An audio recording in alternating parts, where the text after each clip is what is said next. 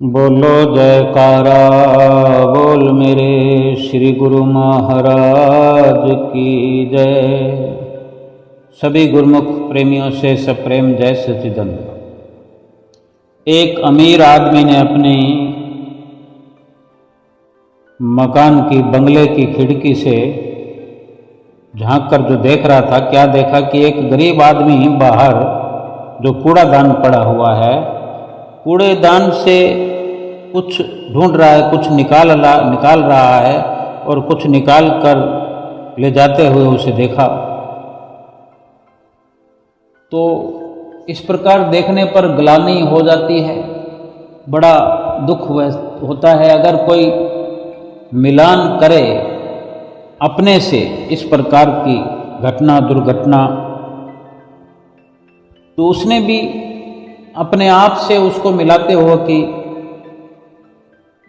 ग्लानि भरे विचारों से महसूस किया, भगवान का शुक्र करते हुए कि हे भगवान, शुक्र है कि मैं इतना गरीब नहीं हूँ कि जैसे वो गरीब कूड़ेदान से कुछ निकाल रहा है।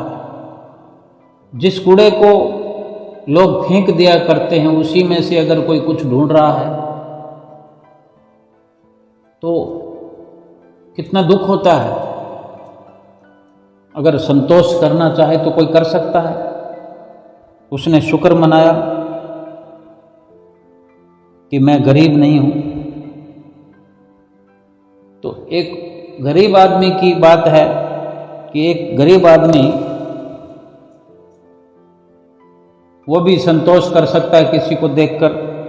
गरीब आदमी ने जो चारों ओर देख रहा था, देखा कि एक जगह नजर आया कि एक आधे अधूरे कपड़े पहने हुए सड़क पर कई प्रकार से जैसे कोई पागल करते हैं, अनसमझ करते हैं, पागलों जैसे व्यवहार करता हुआ देखा। आधे अधूरे कपड़े पहने हुए दुर्व्यवहार किसी से कर रहा था। तो उस गरीब आदमी ने भगवान का शुक्र किया कि हे भगवान, शुक्र है कि मैं ऐसा इस पागल जैसा पागल नहीं हूं।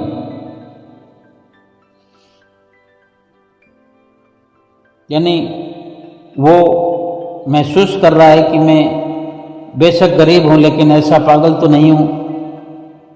भगवान का शुक्रिया किया। एक पागल आदमी ने देखा, कहीं कोई पागल आदमी भी ऐसा भगवान का शुक्र करता हुआ पाया गया। उसने देखा कि एक मरीज को कोई एम्बुलेंस ले जा रही थी। देखे, हम सड़क पर चलते होते हैं, एम्बुलेंस निकलती है और हमें कोई भनक लग जाएगी, कोई फलां व्यक्ति है, सीरियस है, वो चाहे कितना अमीर हो, नाक में नलकियां लगी हो, ऑक्सीजन लगी हो, तो उसको ले जाते हुए एक पागल आदमी, चाहे कितना ही पागल था वो, लेकिन इतना समझ पा रहा था जो उसने अपने को उस स्थिति में रखते हुए उससे जोड़कर देखा। अस्पताल में जाती हुई एम्बुलेंस के अंदर जो व्यक्ति पड़ा हुआ है, उसकी जगह अपने आप को उस पागल आदमी ने रख कर देखा और शुक्र भगवान का मनाया। यह भगवान, शुक्र है कि मैं इस जैसा बीमार नहीं हूं। यानी एक संतोष की लहर उसके भीतर भी चल पड़ी।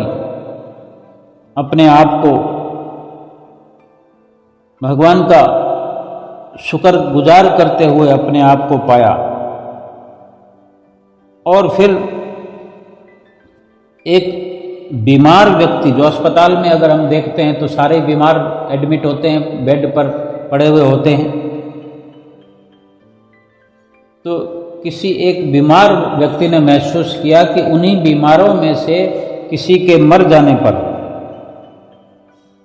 एक बीमार के मर जाने पर उसको, बीमार व्यक्ति के शव को मोर्चरी में रखने के लिए स्ट्रेचर पर रखकर ले जाया जा रहा था, तो एक दूसरे बीमार व्यक्ति ने महसूस किया, बेशक वो किसी भी हालत में बीमार था, कितना भी बीमार था, लेकिन उसको भी शुक्रगुजार करने की ताकत भगवान ने बख्शी है, सोच बख्शी है ऐसी। और भगवान से वो शुक्र करने लगा कि हे भगवान, मैं तो केवल बीमार ही हूँ, लेकिन वो तो मर गया, मैं तो जिंदा तो हूँ। चाहे जितनी भी सांसें ले रहा हूँ, हो सकता है मैं ठीक हो जाऊँगा, लेकिन उसका तो खेल खत्म हो गया। उसने ये सोचकर शुक्र मनाया कि मैं जिंदा हूँ, यानी उस जैसा नहीं हूँ मैं उससे कितना बेहतर हूँ और बहुत बेहतर हूँ, मैं ठीक हो सकता हूँ, अभी तक उम्मीद है। लेकिन वो तो गया। केवल अब बारी आती है कि मरे हुए व्यक्ति तक हमारी ये विचारधारा चल रही है, तो अब मरा हुआ व्यक्ति कैसे शुक्र करेगा भगवान का और किसके साथ अपने आप को मिलान करेगा। एक गरीब ने पागल के साथ मिलान किया, अमीर ने गरीब के साथ मिलान किया, पागल ने एम्बुलेंस में जाते हुए किसी बीमार के साथ मिलान करते हुए शुक्र मनाया, पागल ने भी शुक्र मनाया, और फिर वो बीमार भी उस मरे हुए व्यक्ति को देखकर शुक्र मना रहा है। तो अब मरा हुआ व्यक्ति तो शुक्र मना ही नहीं सकता, उसका तो खेल खत्म हो गया।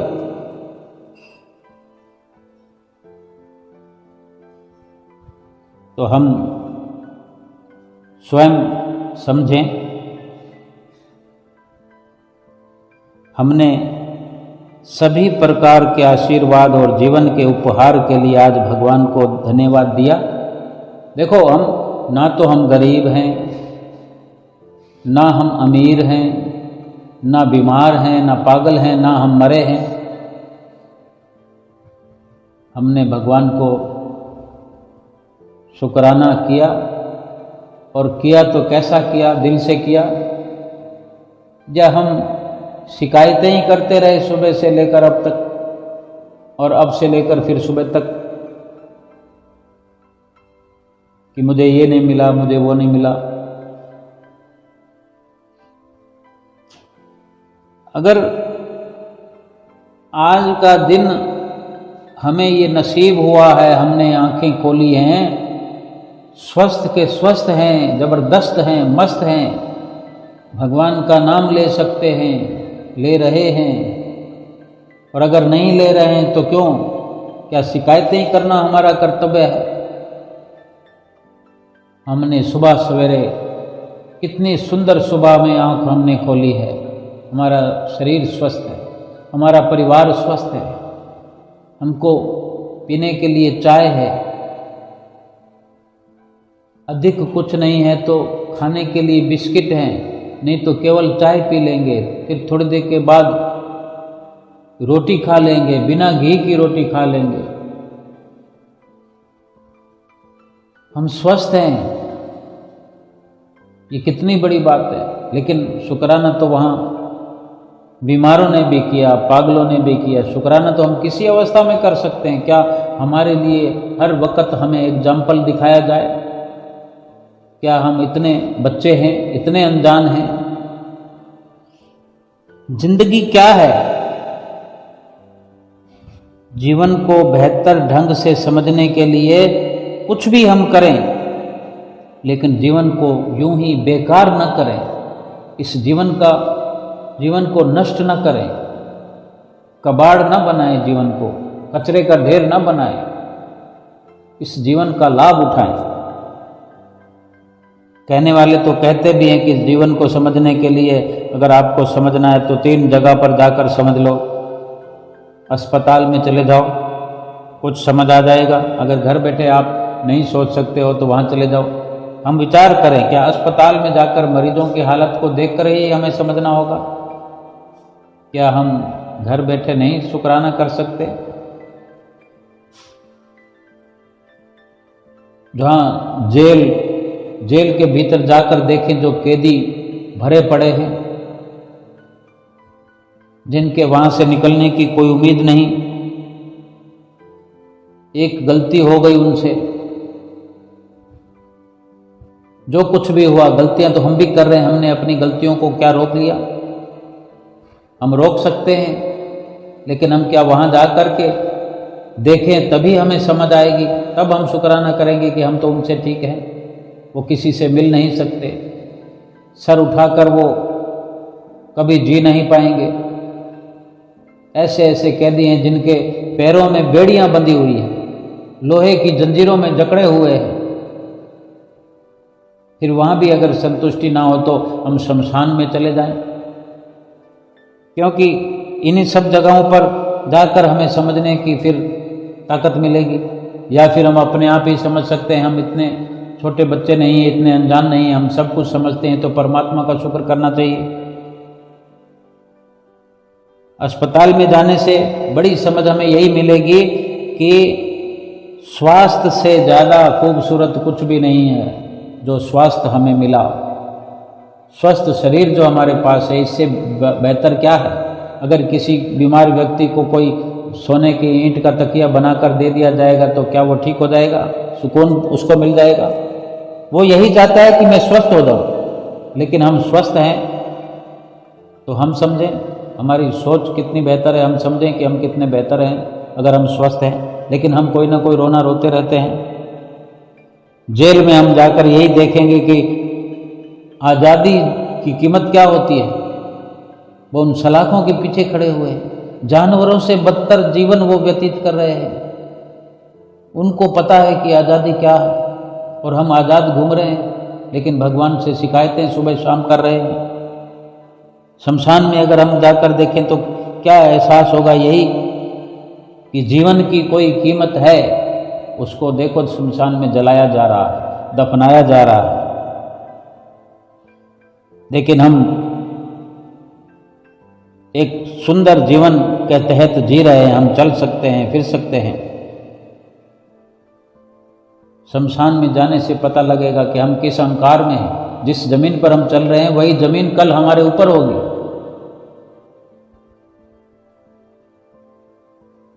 लेकिन आज हम सुरक्षित हैं, फायदा उठाएं।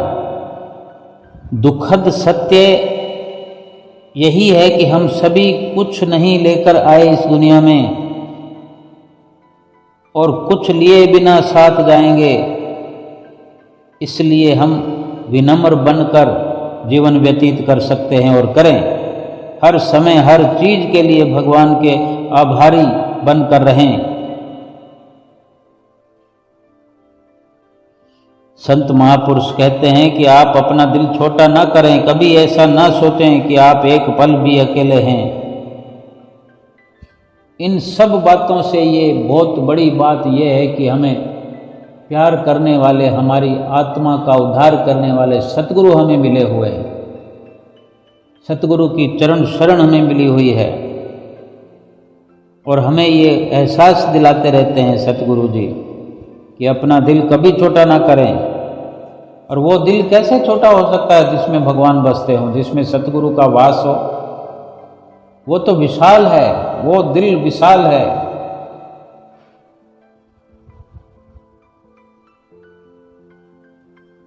क्योंकि सतगुरु हमें एहसास कराते हैं कि एक पल भी आप अकेले नहीं हैं।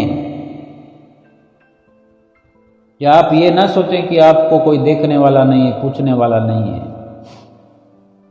हमसे जो आपका सच्चा रिश्ता बन गया है, जिस सच्चे रिश्ते के बंधन में बंधे हो, गुरुमुखों के लिए ये सतगुरु की आवाज़ है, सतगुरु की ये सतगुरु का फरमान है कि ये मत समझना कि आप अकेले हो, कोई आपकी संभाल करने वाला, कोई देख रेख करने वाला नहीं। आपको परमात्मा की ओर से, सतगुरु की तरफ से हर सहायता मिल रही है। आप कोशिश करो, समझने की कोशिश करो। लेकिन हम वो सब देखने की कोशिश नहीं करते, महसूस नहीं करते जो सतगुरु फरमान करते हैं। हम शिकायतों में लगे हुए सतगुरु के उपकारों की अनदेखी करते हैं, सतगुरु के वचनों की अवहेलना करते हैं, अवज्ञा करते हैं। हमें सोचना चाहिए, जिसकी हमें ज़रूरत है, जो हमें चाहिए जीवन में, कभी कभी हमें वो नहीं भी मिलता।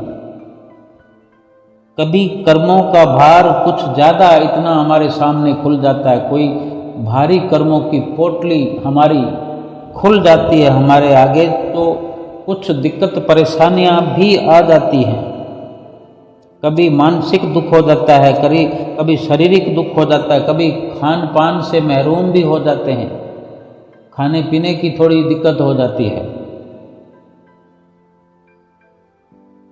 कुछ तकलीफ़ों से गुजरना पड़ सकता है। हम यकीन माने कि जिन परिस्थितियों से हम गुजर रहे होते हैं, वास्तव में ये बहुत बड़ा लाभ उन कर्मों को भोगने में ये भी हो रहा होता है, क्योंकि सतगुरु की नज़र हम पर होती है। वो हमारे कर्म कटवा रहे होते हैं, सूली का कांटा बना रहे होते हैं और हमें अपने नज़दीक कर रहे होते हैं।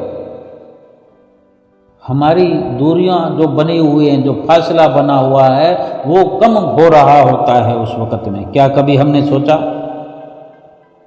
यही तकलीफ़ें, यही परिस्थितियां जिनसे हम गुजर रहे होते हैं, सतगुरु की तरफ ये जल्दी से पहुंचने वाला रास्ता सतगुरु हमारे लिए बना रहे होते हैं।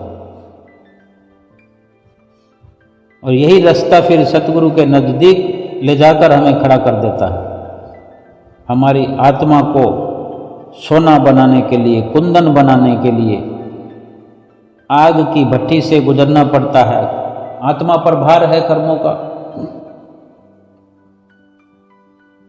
जब आत्मा को सुधार करना है तो उस पर जो कर्मों का लेप चढ़ा हुआ है वो उतारना पड़ेगा, तो थोड़ी ठोका ठाकी करनी पड़ती है, आग में तपाना पड़ता है। ऐसे ही तो सोने की ईंट को उठाकर गले में थोड़ी डाल लिया जाता है। कुंदन बनाना पड़ता है, जेवर बनाना पड़ता है, तो भट्टी पर तो चढ़ना ही पड़ता है। कभी भी परमपिता परमेश्वर परमात्मा गलत नहीं हो सकते।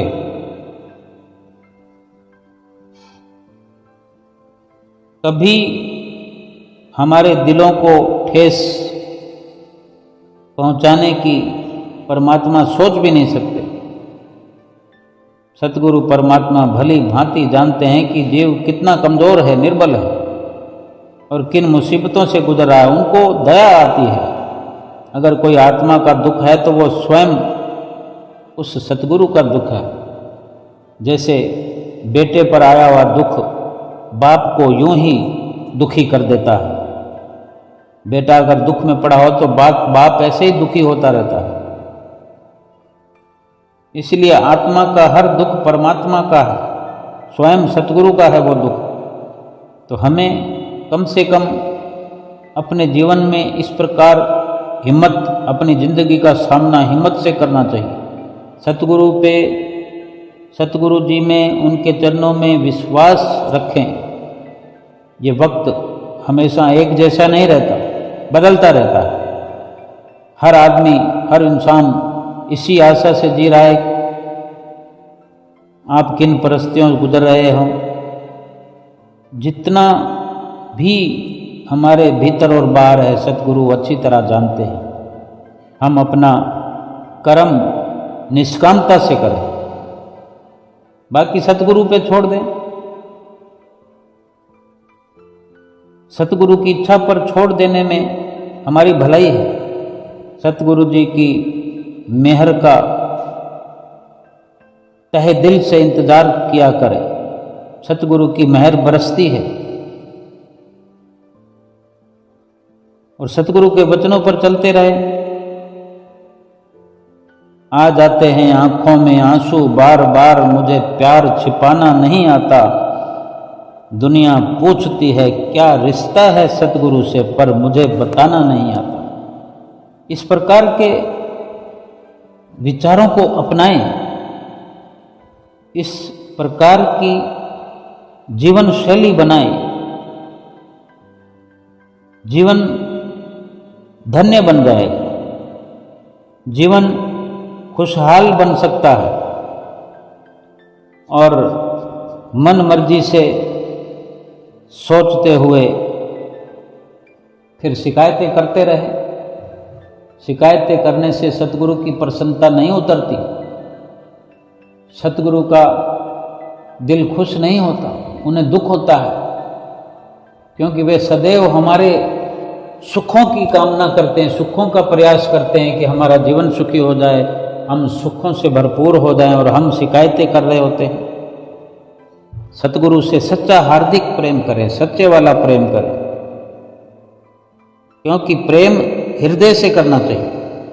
अगर हम देखा देखी वाला प्रेम करते हैं सतगुरु से कि 4 लोग जा रहे हैं तो हम भी चले जाएं दर्शन करने, 4 लोग सेवा कर रहे हैं तो हम भी सेवा करने चले जाएं, सेवा में लग जाएं, नहीं, हम मुस्तबिल बनाएं, अपना एक निजी, जो कहते हैं ना कि नियम बनाएं अपना। अगर देखा देखी करेंगे तो फिर सत्य जो है वो छिप जाएगा और परिणाम उल्टा हो जाएगा। हम सेवक हैं, हम भगत हैं, गुरमुख हैं, प्रेमी हैं। सतगुरु से हमने सच्चा रिश्ता कायम किया है, अटूट बंधन से बंध गए हैं हम उनसे, और सेवक कहलाते हैं। सेवक सतगुरु ने स्वीकार किया है। सेवक का तो धर्म यही है कि सतगुरु के वचन जो चेतावनी देते हैं सतगुरु, अगर कठोर भी हों सतगुरु के फरमाए हुए वचन, चाहे कितने भी कठोर हों, हमारे मन के कितने विपरीत हों, उलट हों, हमको भाने वाले ना हो, इस प्रकार के भी वचन सतगुरु से हम सुने और समझ में भी हमारे ना आवे, तो कम से कम सत्य समझकर माने, सत्य सत्य करके महसूस करें कि जो भी सतगुरु ने वचन फरमाए हैं वो सच्चे हैं, हमारे हित के लिए हैं, क्योंकि सतगुरु हमारे हितकारी हैं, हितैषी हैं, हमारा बुरा कभी चाह नहीं सकते। ऐसी सोच अपने सतगुरु के प्रति अपने भीतर में धारण करें। जब भी सतगुरु की आज्ञा होती है, दिल में एक प्रसन्नता धारण करके उसको मानने का प्रयास करें। लेश मात्र भी अपने सतगुरु के वचनों पर संशय या भ्रम नहीं होना चाहिए। संशय या भ्रम अगर नहीं हुआ और आज्ञा प्रसन्नता से हमने अपने भीतर हृदयंगम कर ली, मान ली और उस पर चलने का प्रयास शुरू किया, तो समझो वो जो सेवक है वो इस स्थिति में कि जैसे फरमाते न, कीट न जाने भृंग को वो कर ले आप समान, यानी उसी सेवक के पार उतरने में फिर कोई संशय नहीं रहता। जो सतगुरु के वचनों पर किसी प्रकार का संशय नहीं करता, फिर उसके पार उतरने में भी कोई संशय नहीं रहता। ये सतगुरु के वचन हैं। आत्मा का लाभ प्राप्त करना है, आत्मा को सोना बनाना है, कुंदन बनाना है, तो शरीर पर कष्ट तो सहन करना पड़ेगा। आत्मिक लाभ चाहे कितने भी शारीरिक कष्ट सहन करने के बाद मिलें, तो भी एक सेवक को समझना चाहिए ये एक बहुत सस्ता सौदा है। उस लाभ की ओर हमारा ध्यान होना चाहिए, लाभ की ओर नजर जानी चाहिए कि लाभ कितना बड़ा है। शरीर तो वैसे ही मिट जाएगा, मिटने के लिए मिला है। शरीर रखने के लिए, रहने के लिए नहीं मिला, सदा सदा के लिए नहीं मिला हुआ है। जो काम करने के लिए मिला है वो काम तो यही है कि आत्मा को कुंदन बनाना है, आत्मा को सोना बनाना है। जो इस पर जितनी लाग लपेट चढ़ी हुई है, पाप कर्मों का कचरा कबाड़ इसके साथ मिक्स हुआ है, वो सारा जंग चढ़ा, वो सारी साफ सफाई करने से शरीर को कष्ट तो होगा ही, लेकिन उस शरीर के कष्ट पाते पाते जब आत्मा चमकने लगेगी तो ये समय रहते ये शरीर भी चमक जाएगा, कष्ट मिट जाएंगे। फिर जितना भी कर्मों का बोझ है वो हम लेकर आए हैं, हमने वो इकट्ठा किया है, तो फिर उसको बोझे को ढोना, बोझे को उतारने में जो दुख परेशानी होगी तो वो भोगना तो पड़ेगा। लेकिन सतगुरु के हमारे अंग संग होने के कारण आधा भी दुख हम पर सतगुरु नहीं आने देते, आधे से आधा भी नहीं आने देते, उससे भी आधा, यानी लगभग सब का सब दुख हमारा ऊपर ऊपर से मिटा देते हैं। हमें थोड़ी सी खरोंच भर भी आती है और तो हम शिकायतें करने लग जाते हैं। हमको इस प्रकार महसूस करते हुए कि कितने भी शारीरिक कष्ट आ रहे हैं तो हमें ध्यान रहना चाहिए, ध्यान में रखना चाहिए कि सतगुरु हमारे साथ हैं, उनकी नज़र हम पर हर वक्त बनी हुई है, हमारा अहित नहीं होने देगी।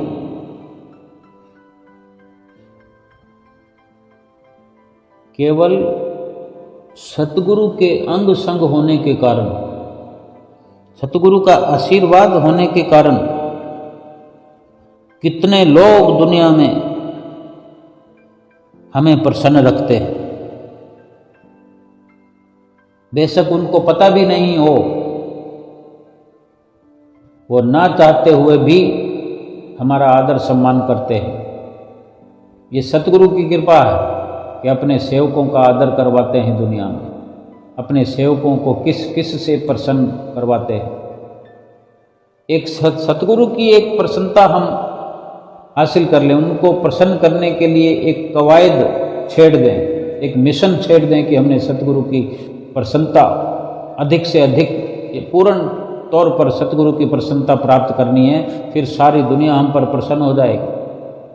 लेकिन हमें दुनिया की ओर देखना नहीं है, लेकिन जहाँ जहाँ भी हमें व्यवहार की जरूरत पड़ेगी,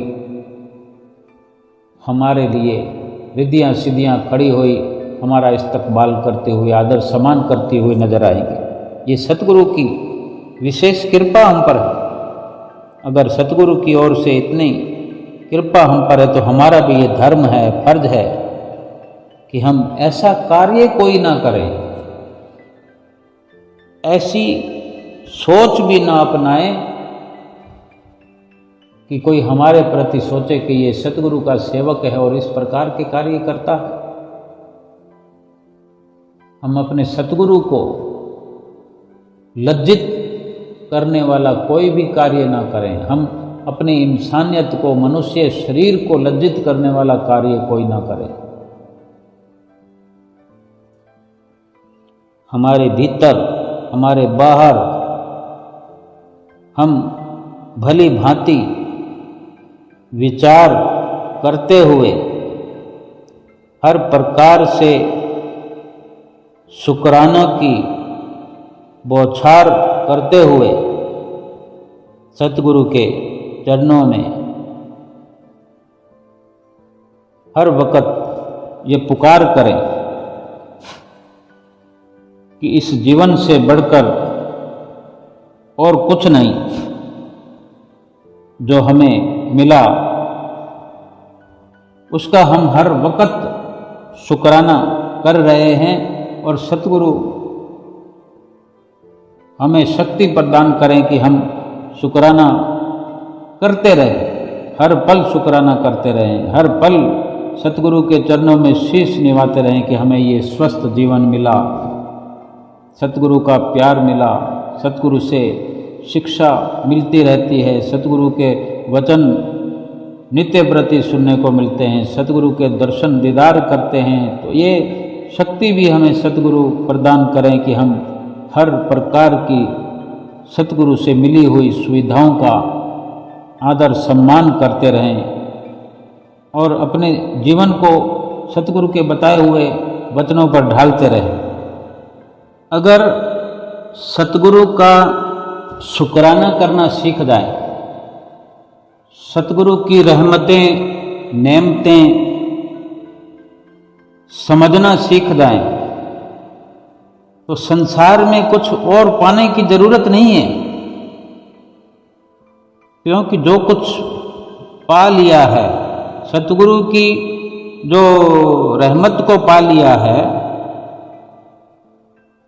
क्या और कुछ पाने की जरूरत रहती है बाकी? बड़े बड़े राजा महाराजा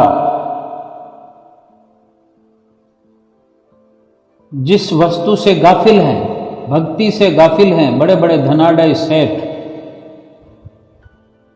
चाह कर भी सुख की प्राप्ति नहीं कर सकते, और हम सहज में उस सुख को पा रहे हैं। उस सतगुरु की प्रसन्नता के हम पात्र बने हुए हैं। और क्या प्राप्त करने की जरूरत है? सतगुरु के इशारे मात्र से भक्ति से भरपूर हमारा हृदय हो रहा, जीवन सफल हो रहा, और करोड़ों अरबों होने पर भी और भक्ति से उनका अगर पल पल करके जीवन भक्ति के बिना, भक्ति से खाली जो जीवन व्यतीत हो रहा है, क्या वो जीवन हम अपनाना चाहते हैं? हमारे जैसी उपलब्धियां वो प्राप्त करना चाहते हैं, वो करोड़ों अरबों वाले, लेकिन उन्हें तरीका नहीं है, उन्हें सतगुरु की शरण नसीब नहीं है।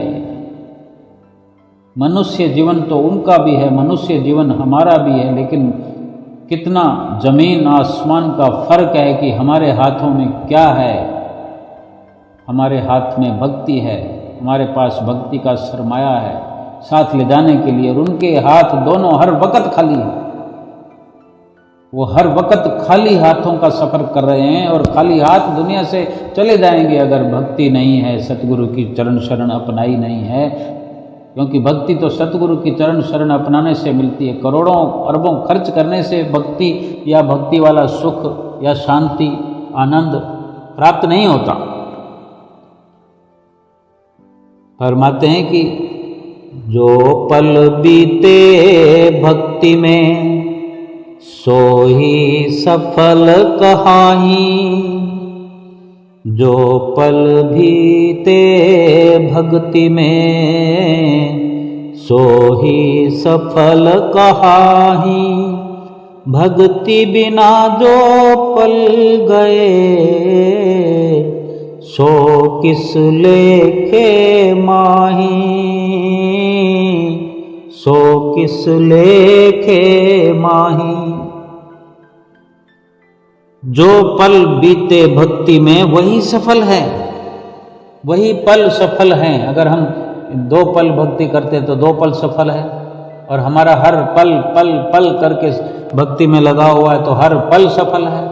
इसी प्रकार अगर हमारा जीवन भक्ति में लग जाए तो हमारा पूरा जीवन सफल है। और भक्ति के बिना पल पल करके अगर जीवन गुजार दिया तो पूरा का पूरा जीवन फिर किस लेखे में है? हमारी सफाई कौन सुनेगा? हमारी ये सुनने सुनाने का अवसर किसको मिलना है? अमली फैसले सुनाए जाएंगे, क्योंकि बही खाता तो पहले से तैयार पड़ा है। अगर हमसे कोई पूछ भी लेगा तो हम क्या कहेंगे?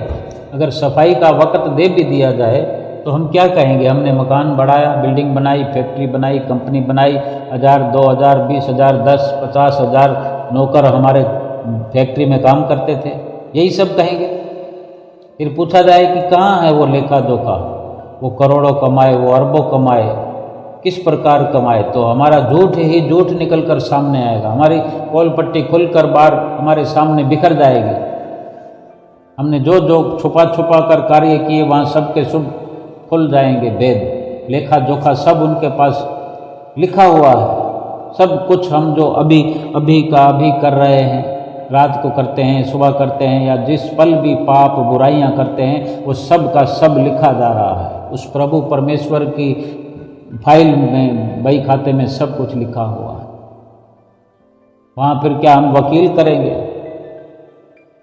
जज को क्या रिश्वत देंगे जो हमारे हक में फैसला सुनाया जाएगा? वहाँ वकील, दलील, अपील कुछ भी नहीं सुना जाता, ना अवसर दिया जाता है। फैसला सुनाया जाता है कि इसको 84 लाख योनियों की कैद में डाल दिया जाए। हो गया फैसला। फिर करोड़ों अरबों खरबों या इससे भी ज़्यादा, उनको याद कर कर के रोते रहेंगे। ये आत्मा कितना रोते कुरलाते हुए आई है, क्या कमी है, अभी और रुलाना है इसको, इस जीव आत्मा को जो कुत्ते बिल्ले बन बन कर आई है, कीट पतंगे बन बन करके आई, मच्छर मक्खी, मेंढक मछली, मगरमच्छ, हाथी, सांप, तरह तरह के सांप, रंग बिरंगे सांप, रंग बिरंगे चिड़ियाँ, कबूतर, पानी के जानवर, जमीन के जानवर, आकाश के जानवर, जीव जंतु पक्षी वगैरह, ये क्या क्या बनकर आएगी। फिर इस जीवात्मा को भेजने का कार्य हम करेंगे इंसानी स्तर पर आकर के, इस इंसानी जीवन को अपना करके फिर हम ये उपलब्धि हासिल करेंगे। करोड़ों अरबों का अहंकार अपने भीतर पाले हुए कि हम सृष्टि के राजा हो गए। सृष्टि के राजा के बारे में भी फरमान है महापुरुषों का, सगल सृष्टि का राजा दुखिया, नाम जपत होवे सुखिया। इतनी सी बात, केवल इतनी सी बात, नाम जपत होवे सुखिया। सारा संसार दुखों का रोना रो रहा, दुख है, दुख है, दुखी है, दुखी है, दुखी है, दुखी है, ये दुखी है, वो दुखी है, सब के सब दुखी है। महापुरुषों ने फरमा दिया सकल सृष्टि का राजा दुखिया। अगर सारी सृष्टि का भी राजा बन जाए, यहाँ कोई 10 बंगलों का मालिक है, कोई 100 बंगलों का मालिक है, 50 बंगलों का मालिक है, किसी एक छोटे मोटे राज्य का मालिक बन गया, बस उन्होंने तो सारी सृष्टि के मालिक के लिए ये वचन फरमा दिए, सगल सृष्टि का राजा दुखिया। और सुख भक्ति में बता दिया। और भक्ति तो गरीब से गरीब इंसान कर सकता है, यानी हम सभी कर सकते हैं। और हम तो गुरमुख हैं, तो हमने तो भक्ति की शुरुआत कर दी है। अगर शुरुआत कर दी है तो किसी अंजाम पर भी पहुँचे होंगे स्टेप बाय स्टेप। लेकिन ये तो हमें भी सोचना पड़ेगा कि हम शुरुआत करके बैठ जाएं कि यानी दुकान खोल दी हमने, फिर ये नहीं देखना कि हमारी दुकान में क्या है, बिक रहा है कि नहीं बिक रहा है, कैसे बेचना है, कैसे दुकानदारी करनी है। तो भक्ति की दुकान सतगुरु ने खोल रखी है, तो हम भी अगर उनके भक्ति खरीदारी, हम भक्ति के खरीदार हैं, वो देने वाले हैं, हम लेने वाले हैं। सतगुरु देने वाले हैं, भक्त लेने वाले हैं। सतगुरु ने देना है और हमने लेना है, उसकी कीमत भी तो चुकानी पड़ती है ना। भक्ति को खरीदने का भी उन्होंने जो एक कीमत दर रेट रखी है, वो हमें बताया है कि हमें नित्य प्रति भजन सुमरन करना है, 5 नियमों की पालना करनी है, बस यही कीमत है और मिल जाएगा सुख। जो राजाओं महाराजाओं को जो सुख नहीं मिला वो हमें मिल जाएगा। ये कितनी हम स्वयं अगर गहराई में सोचें, गहराई में गोता लगाएं, अपने भीतर झांकें कि वो सुख जो अरबपतियों को नहीं मिल सकता, मिला तो नहीं है लेकिन मिल भी नहीं सकता, वो तो हमें ऐसे मिलने के लिए बस एक लम्हे की दूरी है कि हम अपने भीतर वो ख्याल पुख्ता करें और भक्ति इधर, यानी वचनों की पालना इधर और भक्ति उधर। हमने सतगुरु की ओर ये संकल्प दोहराना है कि हम आज्ञा की पालना करने के लिए तैयार खड़े हैं। आप दया करें, कृपा करें और भक्ति का खजाना हमारे भीतर में उड़ेल दिया जाएगा। और भक्ति में ही वो सारा सुख है। नाम जपत होवे सुखिया। गुरु नानक देव जी महाराज जी ने भी अपनी वाणी में सुना कि नानक दुखिया सब संसार। ये किसी से पूछने की जरूरत नहीं है कि हम गली गली में या घर घर में पूछने जाएं, भाई तू दुखी है कि तू दुखी है, कि जो गुरु नानक देव जी महाराज ने फरमाया है तो हम वो पूछने निकल पड़े कि उन्होंने सच कहा है कि झूठ कहा है। ये 16 आने सच है जो संतो महापुरुष ने फरमा दिया कि नानक दुखिया सब संसार। फिर इसका ये मतलब थोड़ी है कि कोई सुखी है ही है ना, उन्होंने ही फरमाया नानक दुखिया सब संसार, सो सुखिया जिस नाम आधार। सुखिया वही है दुनिया में जिसको नाम का आधार है, जिसको नाम पर भरोसा है, जिसको नाम का सहारा है, जो नाम के सहारे चलता है, जो पल पल में नाम जपता है, जो सतगुरु का बख्शा हुआ नाम है उसको जपता रहता है, उसको जपते रहने से ही हर पल सुख की प्राप्ति होती है। जैसे जैसे नाम जपता जाता है जीव, वैसे वैसे सुख मिलता जाता है, भक्ति मिलती जाती है, क्योंकि भक्ति ही सुख की खान है। भक्ति सुख का मूल है, भक्ति सुख की खान। भक्ति सुखों की खान है, भक्ति सुख का मूल है। फिर हम अगर सोचते रहेंगे, करेंगे नहीं, तो केवल सोचते रहने से या सुनते रहने से वो सुख नहीं मिलेगा, भक्ति नहीं मिलेगी। भक्ति को हासिल करने के लिए तो ये फरमान हो गया कि भक्ति किसी भी प्रकार से भी मिले, जैसे भी मिले, भक्ति को करना है। भक्ति के लिए शरीर पर कष्ट सहन करना भी एक सस्ता सौदा है, क्योंकि भक्ति चाहिए आत्मा के लिए, और ये आत्मा का लाभ है, और आत्मा का लाभ सच्चा सौदा है। शरीर के जितने भी लाभ हैं, शरीर के लिए जितने भी लाभ वाले कार्य हम करते हैं, वो शरीर यहीं पड़ा रह जाएगा, तो शरीर के लाभ भी यहीं पड़े रह जाएंगे। शरीर आगे जाना नहीं है। हमने एक बार नहीं अनेक बार देखा है कि शरीर को इधर ही जला दिया जाएगा, दफना दिया जाएगा, यहीं पर मिट्टी में मिला दिया जाएगा, और वही मिटाएंगे जो साथ में रहा करते, जो साथ निभाने की कस्में वादे खाया करते हैं, वही मिटाते हैं, वही पहल करते हैं कि चलो जल्दी करो। लेकिन आत्मा जो है, वो आत्मा कब किस वक्त चली जाएगी पता नहीं है। तो आत्मिक लाभ को अभी का अभी हम कमा लें, अभी प्राप्त कर लें। कब किस वक्त आत्मा को जाना पड़े तो वो लाभ आत्मा से पहले ही वहाँ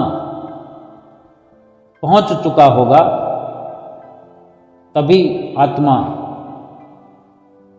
सफल हो पाएगी अपने मिशन में, जो उसको एक जो लक्ष्य लेकर के आत्मा आई है कि प्रभु परमेश्वर से मिलना है। इस मनुष्य जीवन में प्रभु परमेश्वर से मिलने के लिए ये हमारा मिशन है। जीव आत्मा को प्रभु परमेश्वर के साथ मिलाने का आत्मिक लाभ यही है। भक्ति की ज़रूरत यही है कि आत्मा ये परमात्मा से मिल जाए, परमात्मा से एकाकार कर जाए। यही बड़ा लाभ है सब कुछ।